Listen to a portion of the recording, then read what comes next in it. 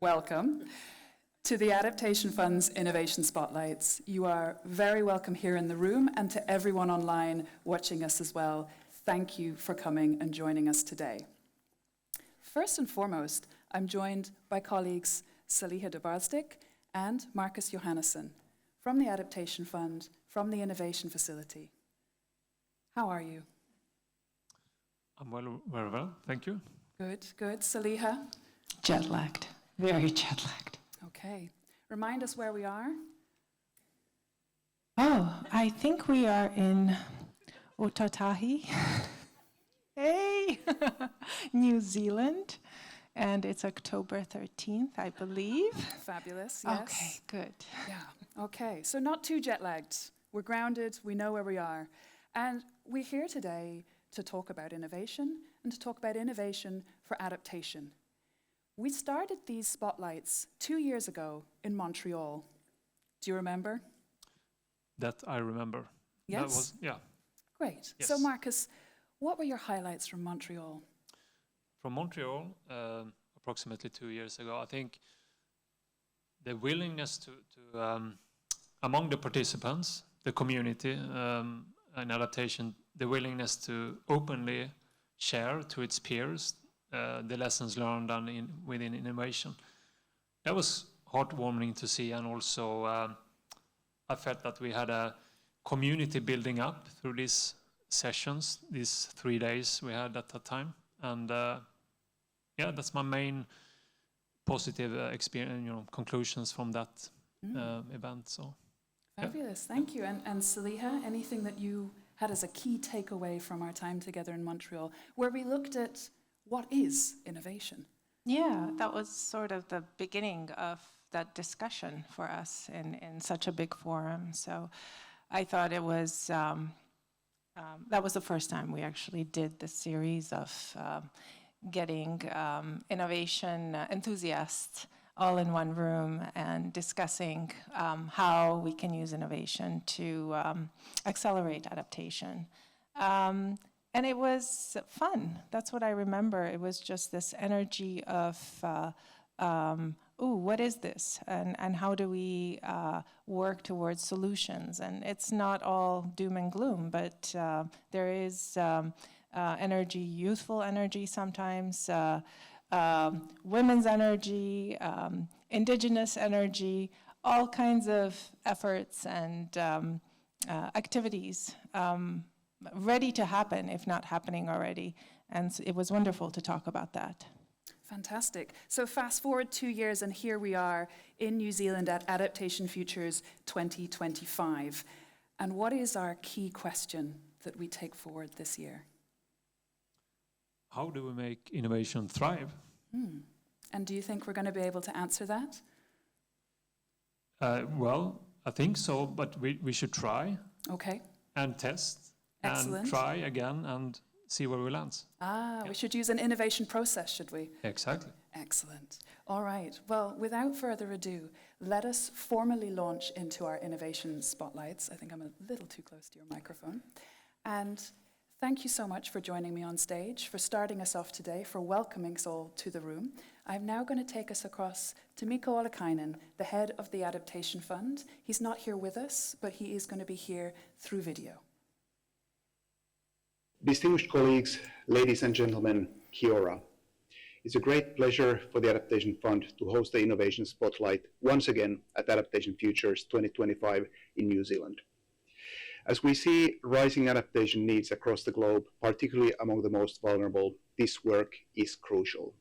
Innovation Spotlight is a series of events that we started at Adaptation Futures in Montreal 2 years ago that showcases the fund's work in innovation and the important role it plays to help create a wider base of effective, scalable adaptation solutions. Adaptation Futures is the premier forum for researchers and practitioners of climate change adaptation, and we are pleased to be highlighting the role of innovation in this process. The Adaptation Fund has always been focused on innovation and finding creative solutions to emerging problems. In 2018, it established its innovation facility specifically to help innovate and accelerate technologies and practices that support those most vulnerable to climate change. We see innovation core to the ability to adapt and change, an inherent activity in climate adaptation. Innovation can take place in different forms, and we celebrate them all. We are proud for the second time in a row to showcase the wealth of inspiring work, leaders and stakeholders gathered at Adaptation Futures and support momentum towards further adaptation action. In Montreal, we tackled some fundamental questions about innovation in theory and practice. Here, we hope to dive deeper and learn more about topics directly relevant to the Pacific, small island developing states, Indigenous people and communities that are highly vulnerable to climate change. I'm excited to announce a new program for the Pacific to support local innovators to come up with adaptation solutions. Last week, the Adaptation Fund board decided to award $5 million for the Pacific community to implement this program. The fund's adaptation work in the Asia-Pacific region amounts to about a third of its portfolio, spanning nearly 70 projects on the ground and over $400 million and continues to grow. Please use the Innovation Spotlight sessions to be inspired, engage, and make connections to help innovation and adaptation thrive. I wish you all a very successful conference. Thank you. So a huge thank you to Mikko, and we'll also be hearing a little bit more about the AFCIA Pacific project as we go through our speakers today. As Mikko said, this is about inspiration, but it's also about action. So as we move through the spotlights, there are 5 of them. So welcome to spotlight number 1. Thank you for attending. Please do stick with us for the series. Each day we will have 1 hour of inspiration and 30 minutes of interactive time. Each day it's a little bit different, but a way for you to engage. And in doing that, we're trying to channel some of the energy that Adaptation Futures has brought together this year for their program and for their conference. And on stage, I've been joined by Stephen Ratuva and Bronwyn Haywood. Bronwyn, how are you? Excited. Wonderful. So, Bronwyn, tell me a little bit about the importance of Adaptation Futures and hosting it here. Kia ora, and it's great to meet you not on Zoom, but in person, and also it's wonderful to be able to host an event here in Aotearoa Christchurch, where we've experienced a fair share of disasters and really difficult economic, social and political events in the recent last 2 decades. And it's brought us closer, I think, to understanding some of the real pressures on our wider region. I'll let my colleague Stephen Ratuva speak to that. But I think for us, one of the exciting things is bringing a world of innovation, new ideas, new partners, building stronger relationships. We talk in the Pacific about the va and the ta, like the relationships with us and the relationships over time. And being able to initiate and develop relationships is a key part of how we here at the University of Canterbury think about resilience and we think about sustainability. And so for us, what you're doing in terms of spotlighting innovative thinking is really valuable and also really helpful, because a lot of people have said to us, well, with this huge program, how do I begin? The wonderful thing you've done is pick some of the key highlights throughout the project and all of the next 4 days and let people watch online and see some of this practice.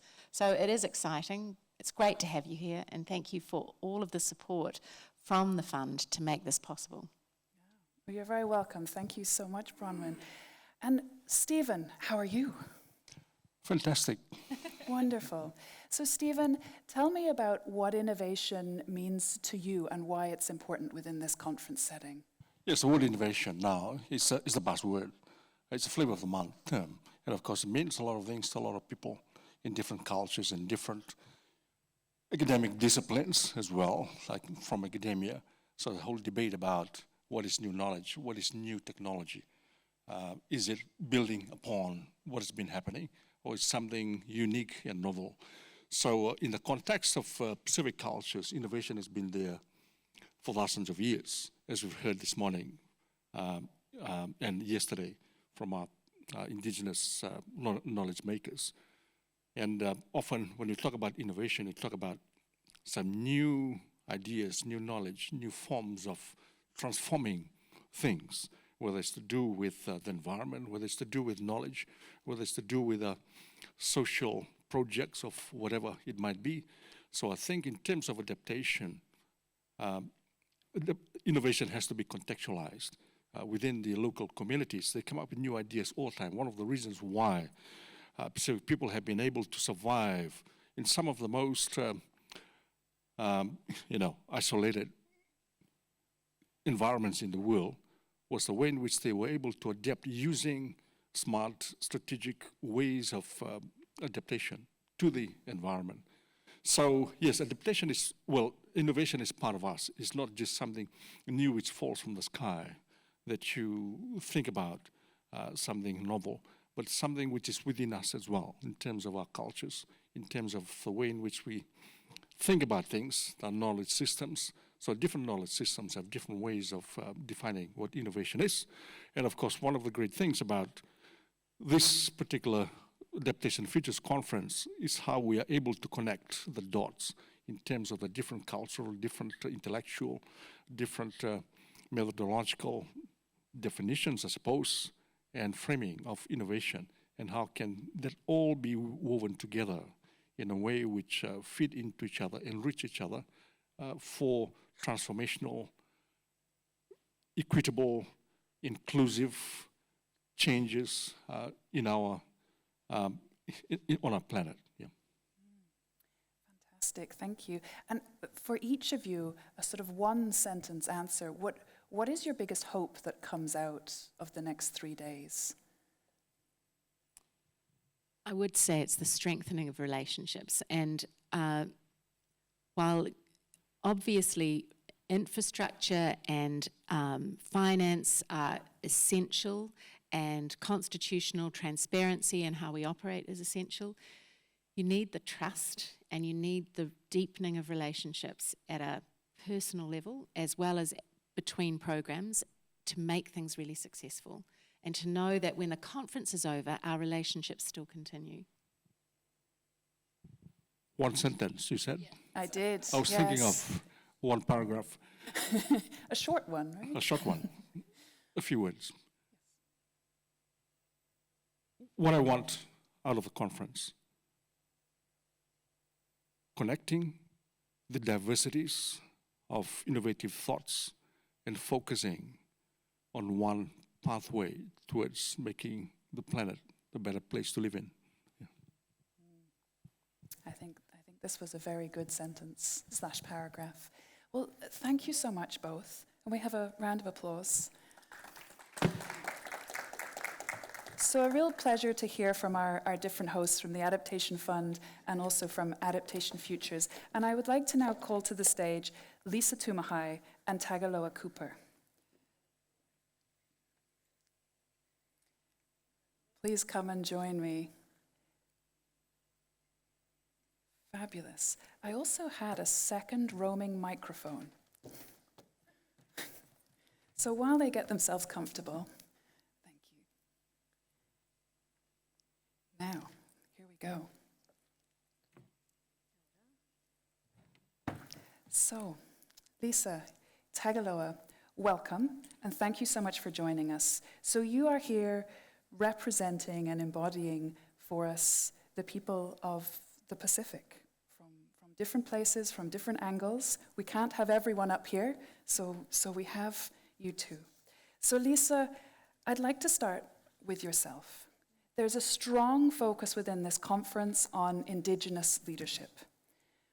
What does innovation mean when it comes from Indigenous leaders? Look, I like...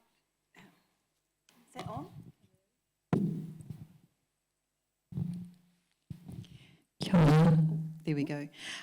Look, I liked that what was said before, that innovation can take place in many forms. And so one of the things we need to do for Indigenous peoples is actually define what we're talking about, because when we're using language in particular ways, it can create barriers in itself. So we have to nuance things and ensure that we're a lot more careful moving forward about how we use language. For Indigenous peoples, innovation is already, we're already innovating. Our traditional knowledge and our traditional knowledge holders is where our innovation already sits.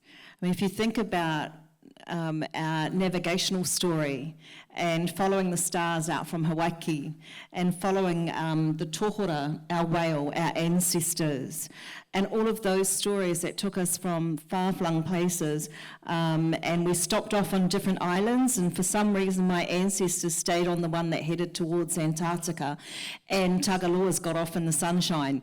But, you know, the mere feat of that journey is a good example of innovation from an Indigenous perspective. And we've carried those practices over from generation to generation to generation. We've learnt new things, and we've continued to adapt our traditional knowledge. So I think innovation is probably a foreign thing to be describing what is inherent in us in terms of how we have adapted and our resilience over time. Yeah, it's part of your nature. Yeah, fabulous. Tagaloa, would you like to build on that? Lisa, you do now have a microphone working beside you. Perfect. Tagaloa, go ahead. Yeah. Thank you, and thank you for having me here. I think Steve and Lisa have already set the scene for what any responsible Pacific Islander would come up here and do, and that's to really elaborate on traditional knowledge. And I was thinking, I often have a problem with the word innovation, but I think Steve framed it really well. It's either, you know, new ideas or new ways of doing things. But for me, it's really, you know, innovation in the mind of the beholder. And what Lisa said is correct. You know, for generations, our people have navigated and they've settled on hardy lands where it's difficult to grow, difficult to live, coastal areas, but they've built nations. And I think we've been adapting for generations. So adaptation is not new to Pacific people. We continue to adapt with a new challenge, with a recognized challenge of climate change. What we're doing at SPREP is we're working with communities to take traditional knowledge, because they have been our signs, yeah? For example, and I've got a book here and I wish we brought more, but this is a national indicator book in Vanuatu, where they've documented traditional signs for hot season, cold, wet season, and tropical cyclones. And so this climate, you know, science is telling us what we've already known. Science tells Pacific people what we've known for generations. When you see a frigate bird, you know there's a storm coming. But there's a scientific explanation for that. When you see a certain flower grow in abundance in my country, you know there's a specific species of fish that will be in abundance, to the point that people take leave in advance, because they know this fish is going to be on the run for a short period of time. But there are scientific explanations for that. So what that has done in terms of innovation is it validates our knowledge, it validates us as people, it validates those in leadership roles who utilize this knowledge. But we've taken it a step further. We now document them as indicators for different seasons in the Pacific. We have also natural solutions for natural problems. In the Pacific, there's a really big problem with invasive species, like the African tulip. People like my mother used to bring in pretty plants before border control was very, you know, hard on moving plants. But these introduced plants have become really invasive and really started to suffocate our endemic species of biodiversity. So they've introduced a specific beetle, a mite that will kill them. So that's how the Pacific is managing these new problems. Yeah. In terms of What do we do next? What are the challenges? When we talk about new ideas and innovation, yes, we want them. We need new ideas. We need new innovation. And we're always inspired by new technology for adaptation. The problem is accessing funding. Nobody wants to fund a new idea that's not proven yet. So I'm very encouraged to hear the head of the Adaptation Fund talk about a special fund. Everybody wants to fund what's proven and what's scalable. And that's the challenge for the Pacific. Pacific Island countries don't have spare cash.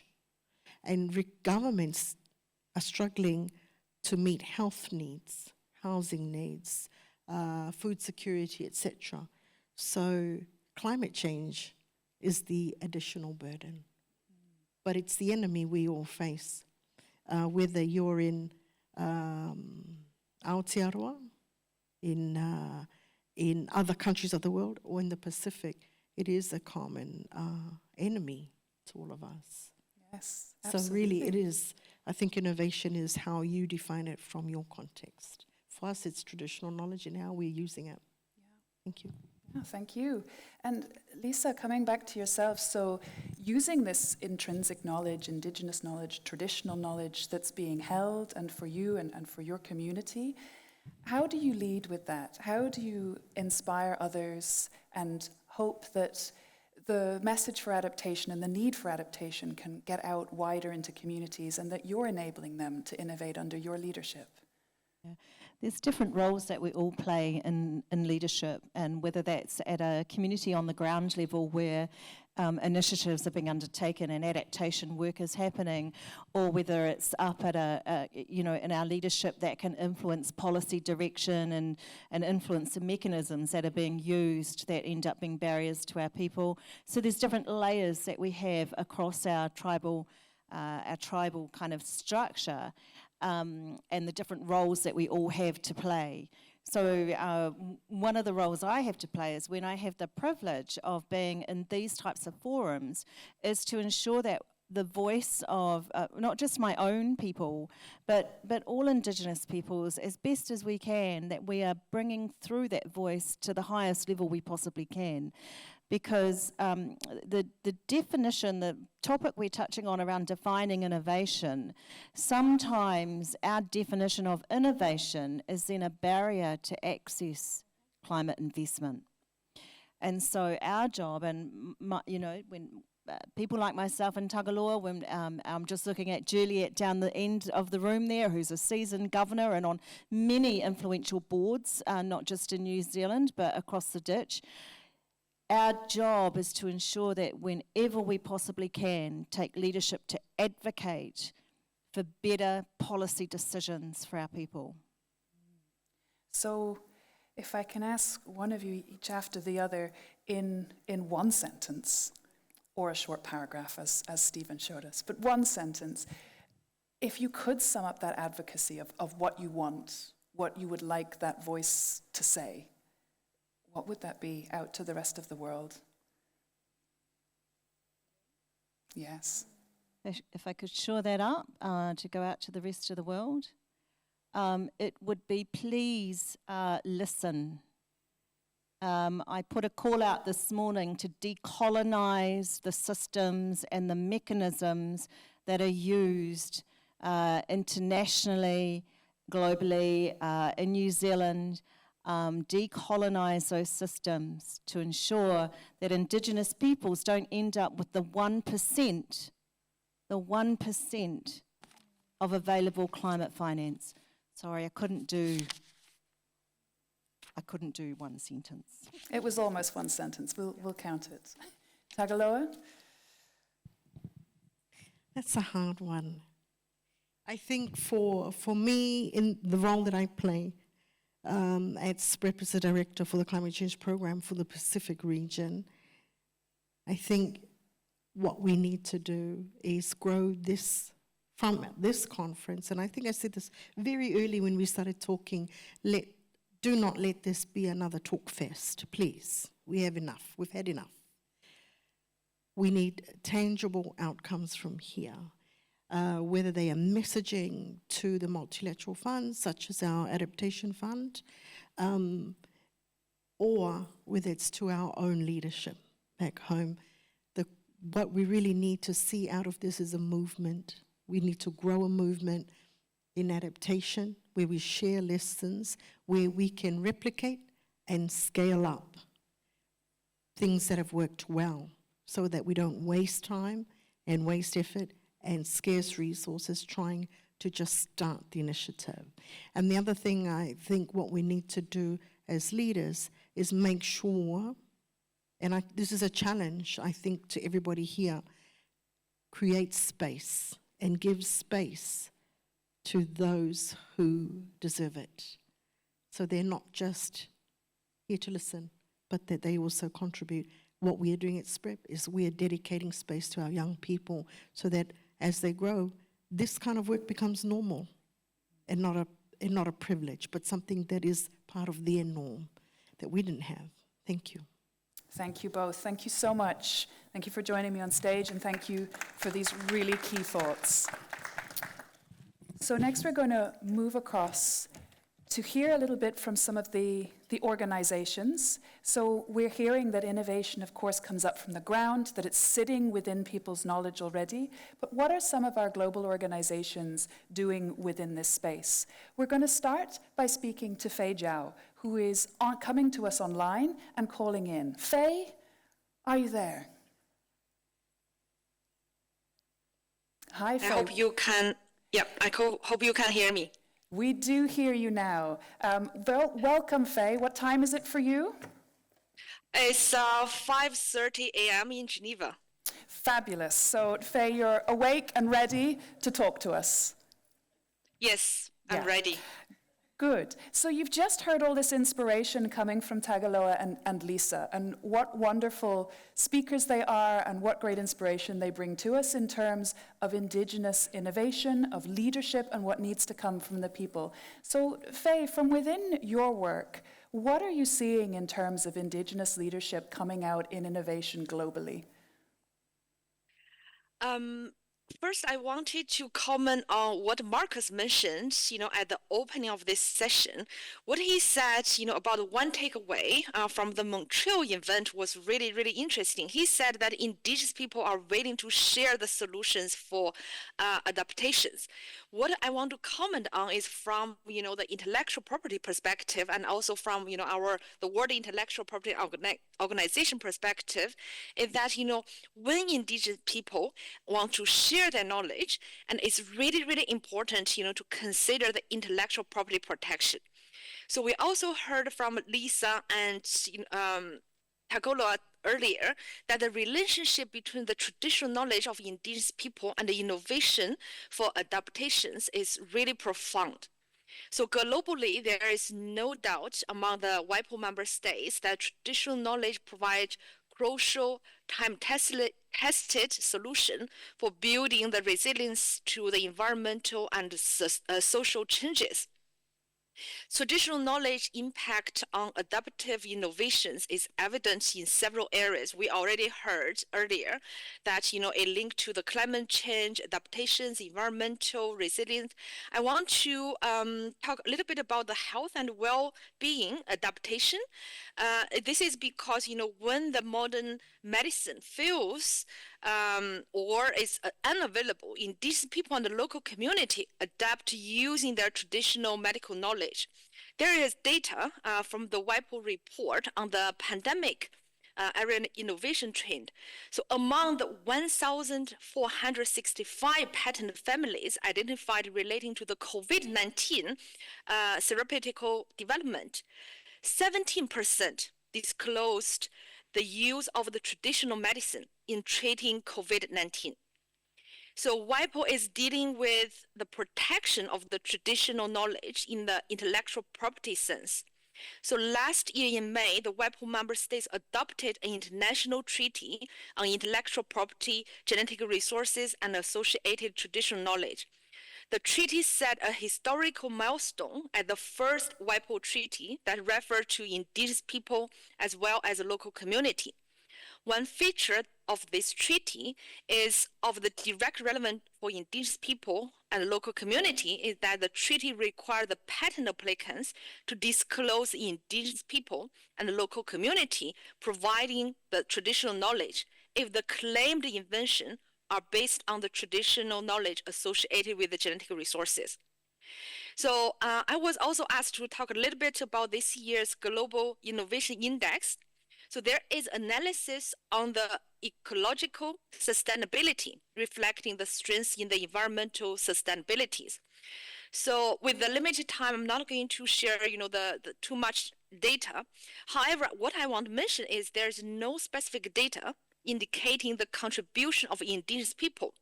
This is because what exactly Lisa mentioned earlier, that the traditional knowledge has been developed by Indigenous peoples from generation to generation. So it's really difficult to check, and to monitor, to track the contribution of Indigenous peoples. So I would suggest, all the participants to check WIPO's patent landscape report, which provide a snapshot of the patent situations of the specific technologies, such as public health, food security, climate change, and the environment. I think I will stop here for now. Thank you. Thank you so much. And stay with us for a moment, but you have been joined on stage in physical, despite the fact that you are virtual, by Rui Lopez and Christian Lohberger. Welcome both. So I believe that you two are going to take us on a little bit of a journey to expand out what else innovation is. We're hearing strongly in terms of Indigenous innovation and the importance of that, but innovation is a very broad term, as Stephen alluded to at the start as well. So what else are we talking about? Do you want to pick up on that? Sure. People hear innovation and they think, oh, it's about new ideas. It's about new approaches to doing things, but it's more than that. It's about expanding who and what is doing things. And we talk about bringing Indigenous people into the conversation, and they have a lot to contribute and a huge wealth of knowledge, but it's even broader than that. We need to bring in women, to bring in youth, to bring in non-conventional stakeholders that haven't always been involved in the process. So we need to find ways that can expand and bring in everyone that hasn't been involved before.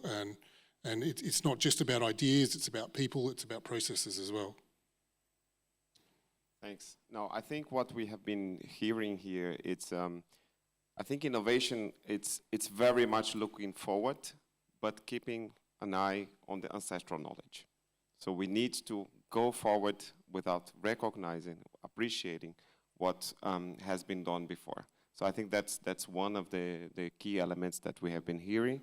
And I think sustainability of anything and any innovation that we can possibly fund would not be successful if we don't do this exercise. And I think that's also the key for going from local to global and systemic change. So if we're thinking about innovation as a way of going from incremental adaptation to transformational adaptation, that would be the key.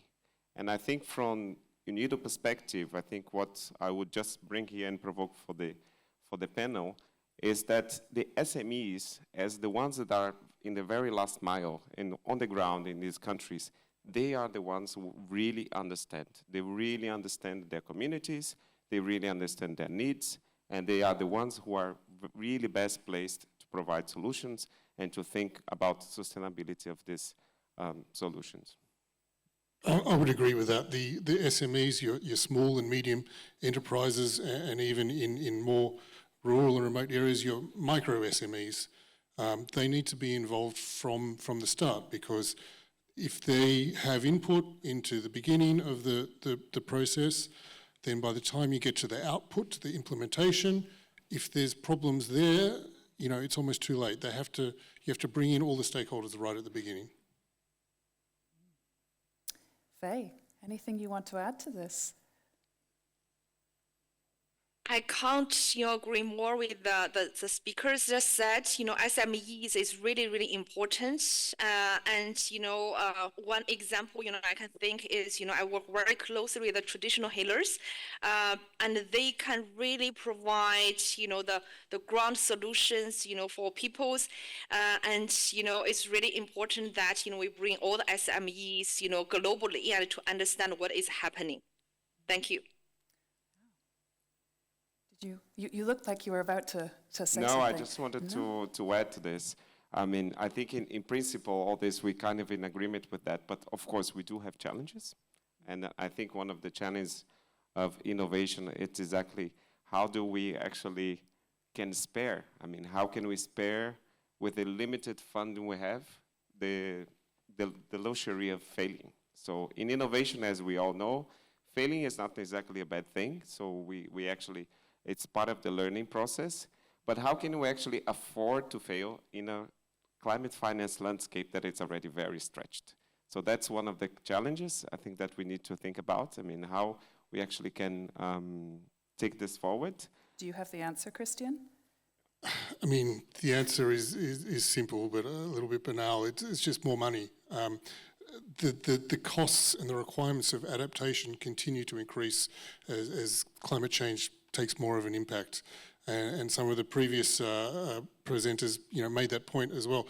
We have this small pool of adaptation funding. It's probably not enough already, and as Rui says, we want to be able to afford the luxury of failing because that's how you learn and that's how you make progress. But at the same time, there is a tension with the established programs of adaptation, the things that have been proven, and they have deserved their funding as well because it's legitimate, and you can see, well, we put funding in there, we get results. We put funding into innovation, the results are less certain. So there is a bit of a tension there that could be resolved with more money. So we need to go back and talk to our governments and our institutions and say, hey, you need to fund this stuff because it's making a difference. Just to conclude, I think one of the other challenges that we had discussed is that we also, when we are innovating and we are talking about climate adaptation, we also need to think about the risks and the responsibility that there is in innovating in this space. So we need to make sure that there is enough instruments safeguarding that there will be no maladaptation, for example, that we are not deploying or testing things at the cost of the communities that actually need so much of this innovation process. So that's one of another big challenge that I think we need to consider when deploying and thinking about innovation programs. Faye, do you have an answer to that one? I have maybe one solution, regarding, the funding. And in fact, I think, from WIPO perspective, we really encourage, the stakeholders to collaborate with each other. And in terms of the climate change, in WIPO, we have a platform called WIPO Green. You can search for that, and it's a platform that brings all the stakeholders dealing with the green technology to collaborate with each other. Because some, have fundings and some has solutions, and it could, have a great, matchmaking and to make the stakeholder to work together so that you don't have the challenge of funding or you don't have, the challenge of technology innovations. Thank you. I would agree with what Faye said. WIPO Green has been a great initiative, and it's creating a global platform for sharing of ideas, sharing of uses of technology. We need to recreate that. We need to do things on a regional basis, on a national basis. There are a lot of good ideas out there, and now with digitalization, the internet, the digital communication, we have really easy and low friction ways to share them. So we need to lean into technology. Okay, well, thank you so much. So we're hearing a lot of ways in which we can help innovation to thrive. We need to listen to people. We need to bring the knowledge out that's intrinsically there. We need more money. We need more systems and support. A huge thank you to this group of speakers who've been up here. Thank you so much. Thank you. And now we're going to move and hear about a program that has been trying to take on board some of these actions and has been trying to lead with a supportive failure, with allowing to pilot and to trial things. So Nadège Trakilier, I call you up to the podium, please. And Anna Deinhard, you are going to be following hot on Nadège's heels. So if you'd like to also come up and take a seat. Nadège, please tell us about the AFCIA program. Good afternoon.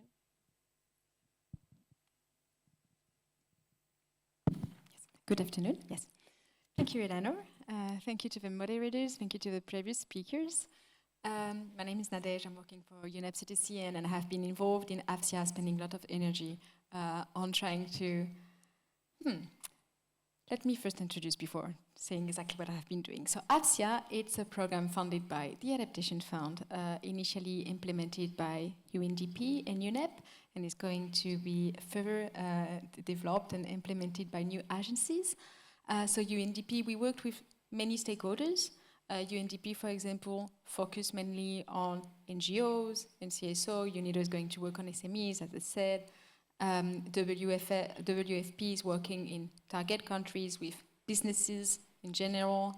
SCB is going to explain, but they will be working in Pacific. Of course, from UNEP side, we have been working with governments mainly. But I think we all had the same main objective, which was to pilot, to experiment, to test new adaptation technologies in developing countries. This was really the main focus. From UNEP CTCN perspective, then we have two more objectives. The second one was to demonstrate whether these technologies, practices, innovation were providing impact to the communities.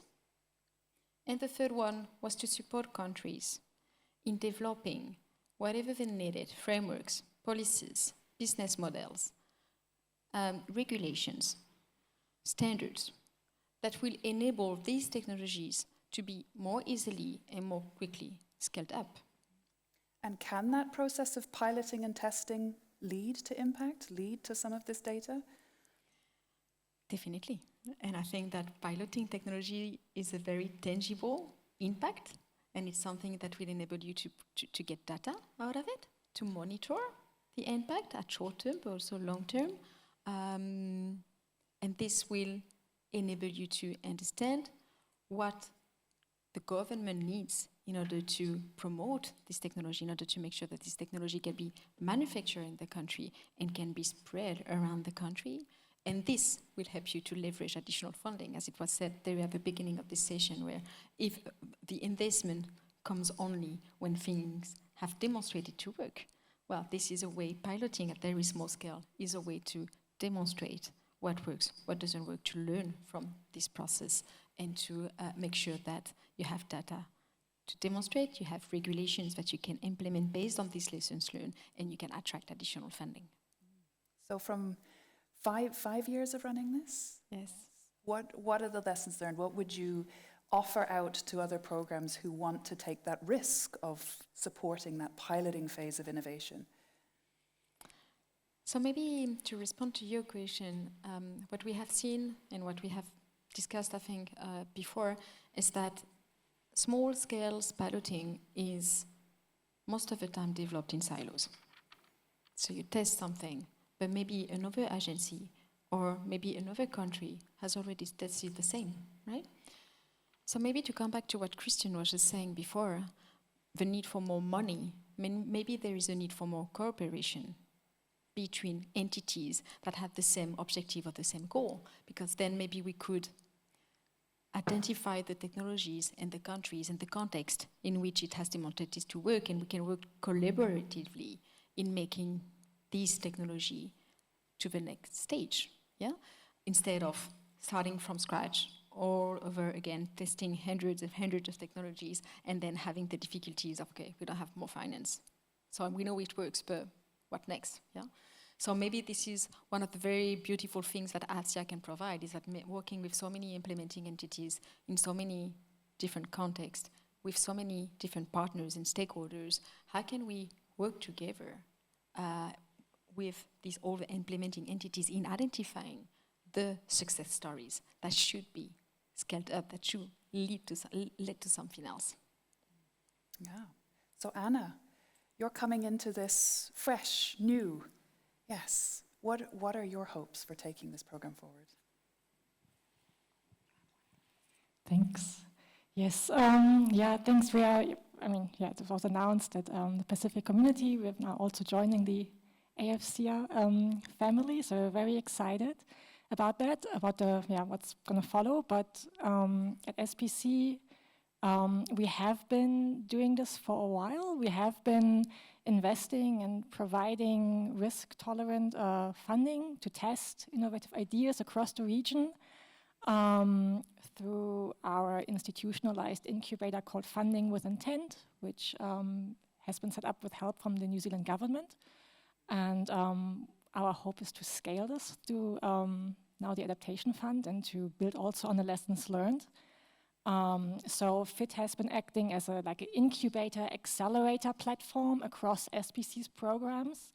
And between 2020 to up until now, we've almost been able to fund or test 40 innovative ideas, 40 innovative grants that we have been able to disperse. It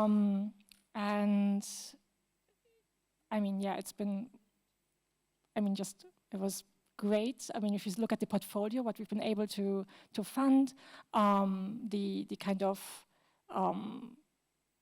the spread of innovation, of innovative ideas, and every year actually receiving way more pitches than we have funding available.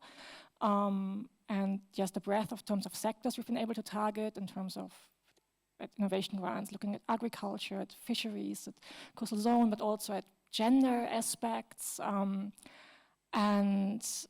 I think also what is shown and what was mentioned by many speakers before, it's not always about, for instance, new technology or that we think about innovation, maybe we think about a digital tool or technology, but it's especially in the Pacific, that's not the case. A lot of the approaches are kind of social or even cultural or just looking at how can we do things different in a new way, going back to traditional practices, reintroducing them because they have been lost in a way.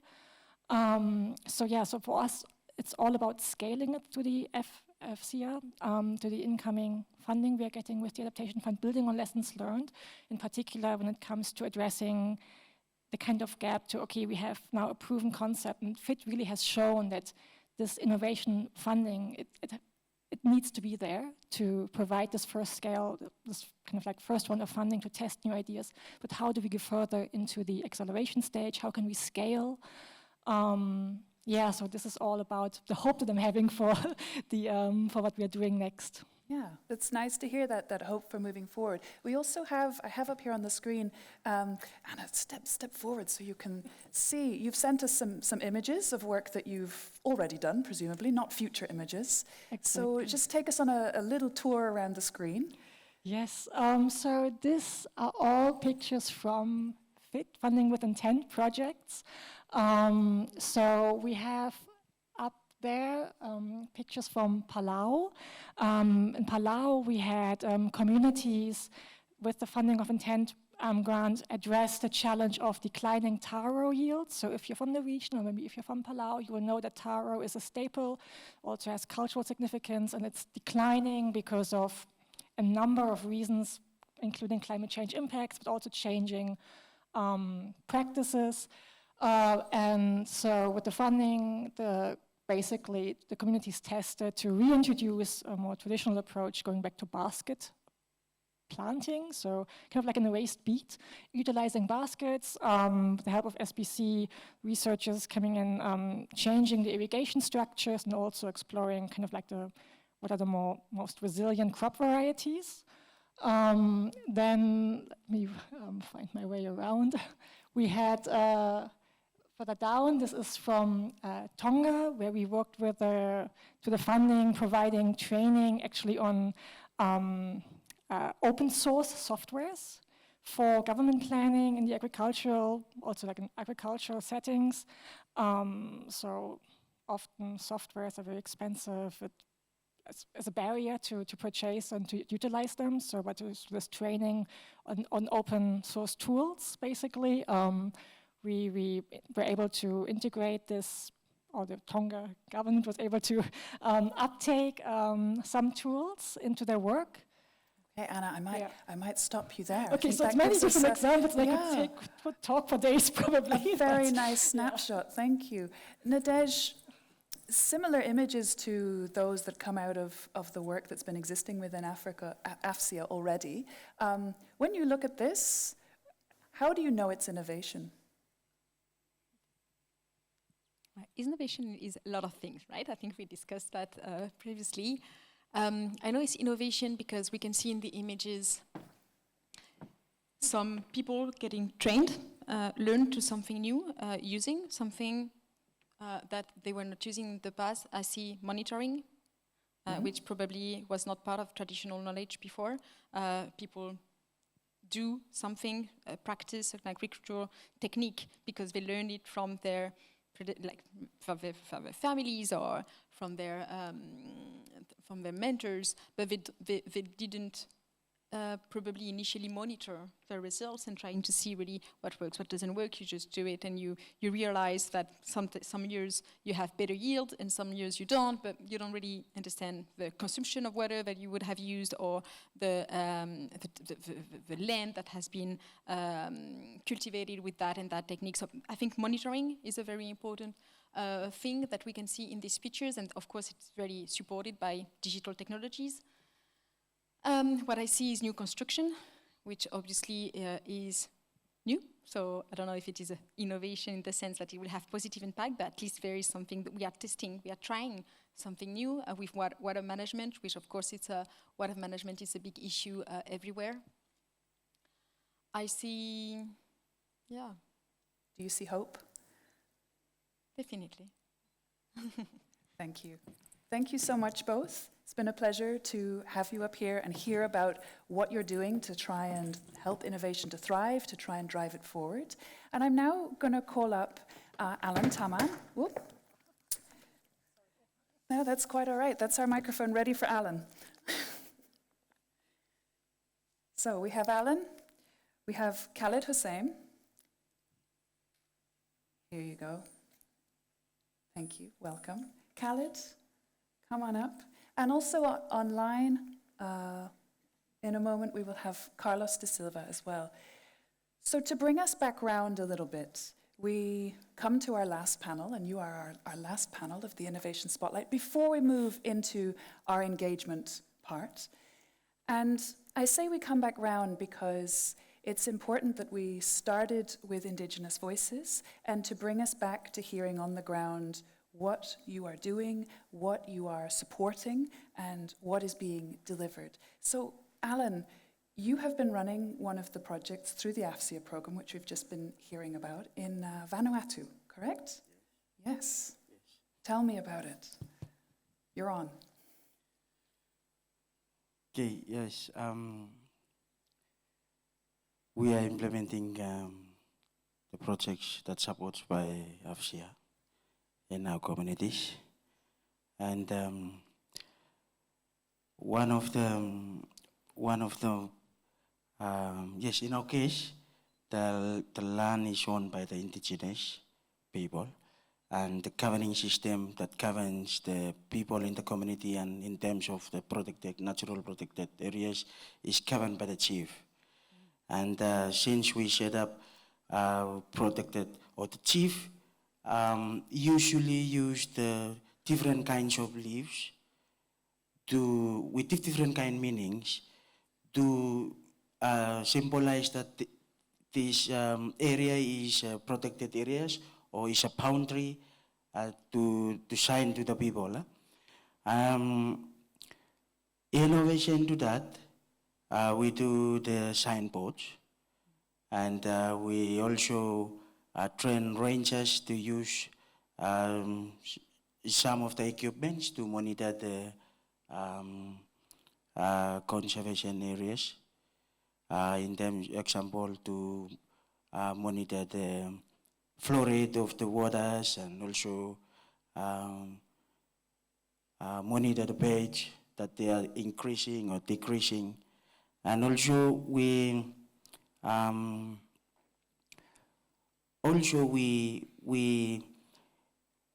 we do the we do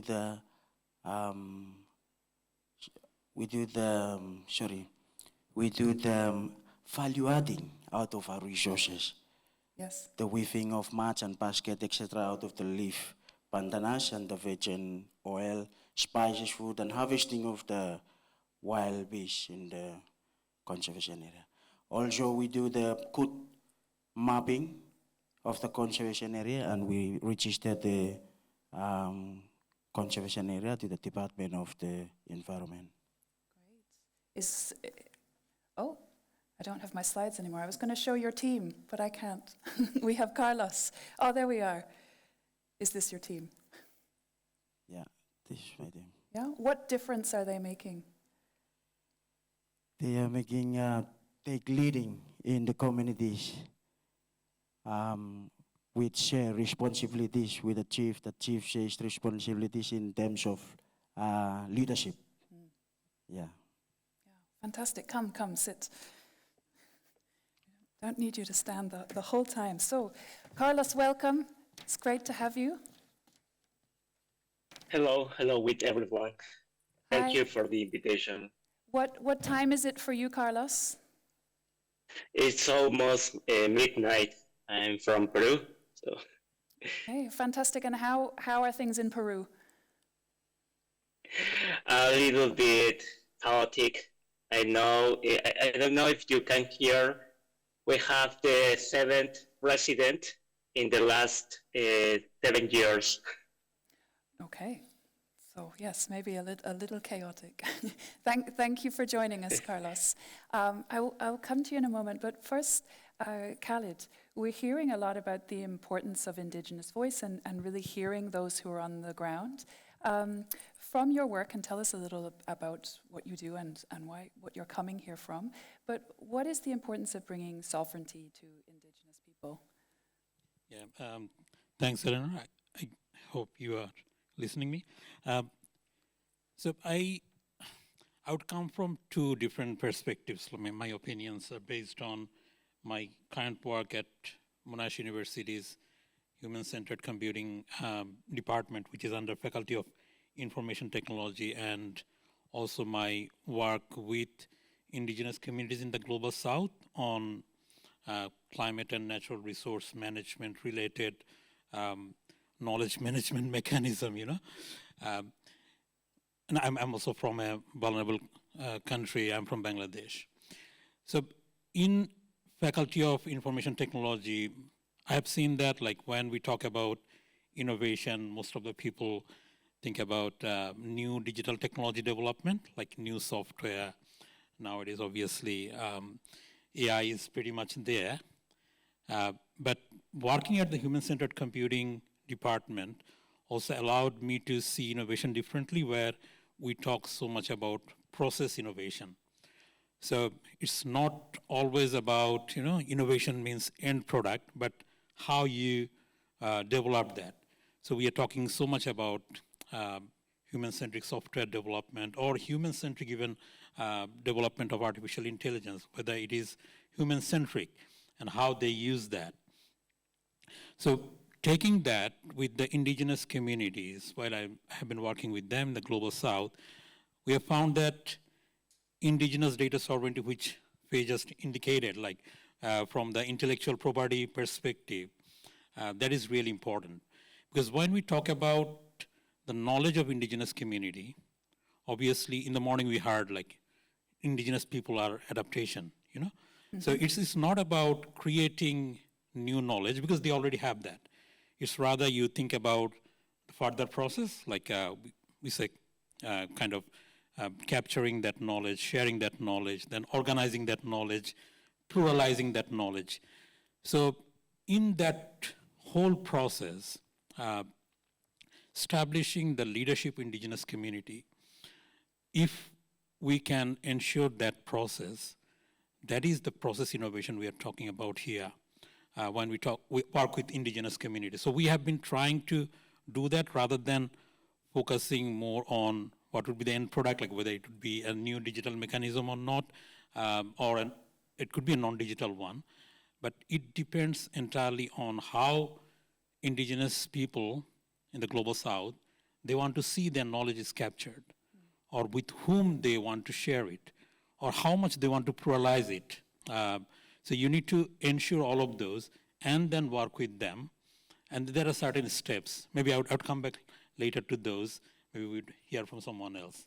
Yeah. It brings us back around as well to some of the things that Lisa and Tagaloa were talking about in terms of these messages coming out from people who are on the ground, and how does that get out to others? So in terms of using digital technologies as well, are you able to spread that communication, spread that knowledge? Again, it depends on the indigenous community. Like, I've been working with one indigenous community in Indonesia, where the knowledge they have, they decided that they would not need any digital technology for that, you know? And their decision is, and in terms of pluralizing, they decided that we don't our knowledge to be spread outside, you know? We just want the intergenerational transfer, because we are just feeling it is not even transferred to our next generation, like they're losing it. So we are not so much eager to, you know, spread that out in the outside world. So rather work with us on a mechanism where maybe we don't need digital technology that much, because they feel that they don't have that capacity, you know. So if digital technology is adopted, maybe that capacity needs to be from outside, and they don't feel that it is sustainable in their community. So they were talking so much about a church-based mechanism, because they gather around the church and kind of developing that mechanism where they would just see intergenerational transfer.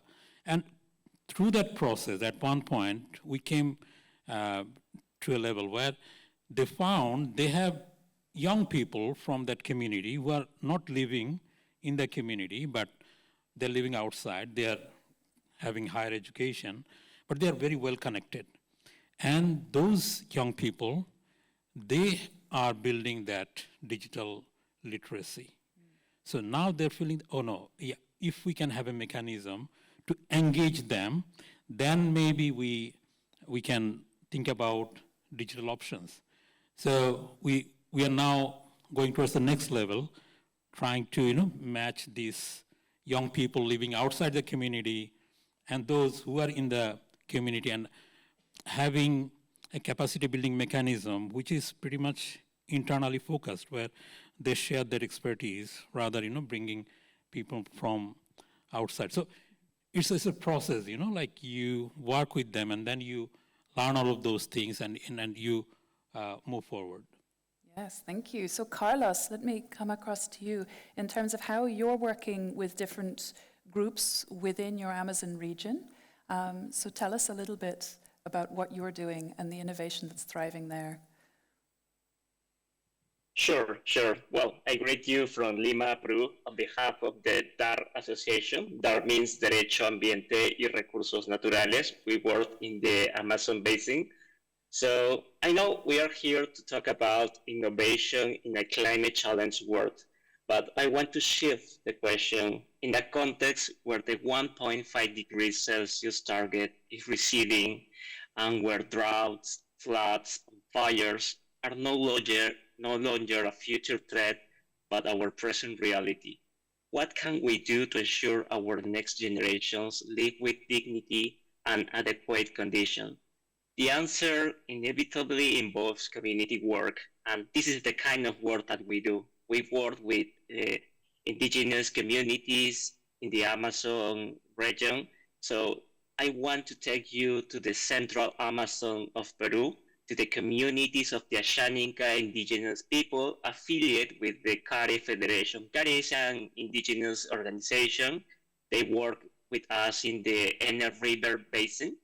So at DAR, we have collaborated on implementing an integrated early warning platform.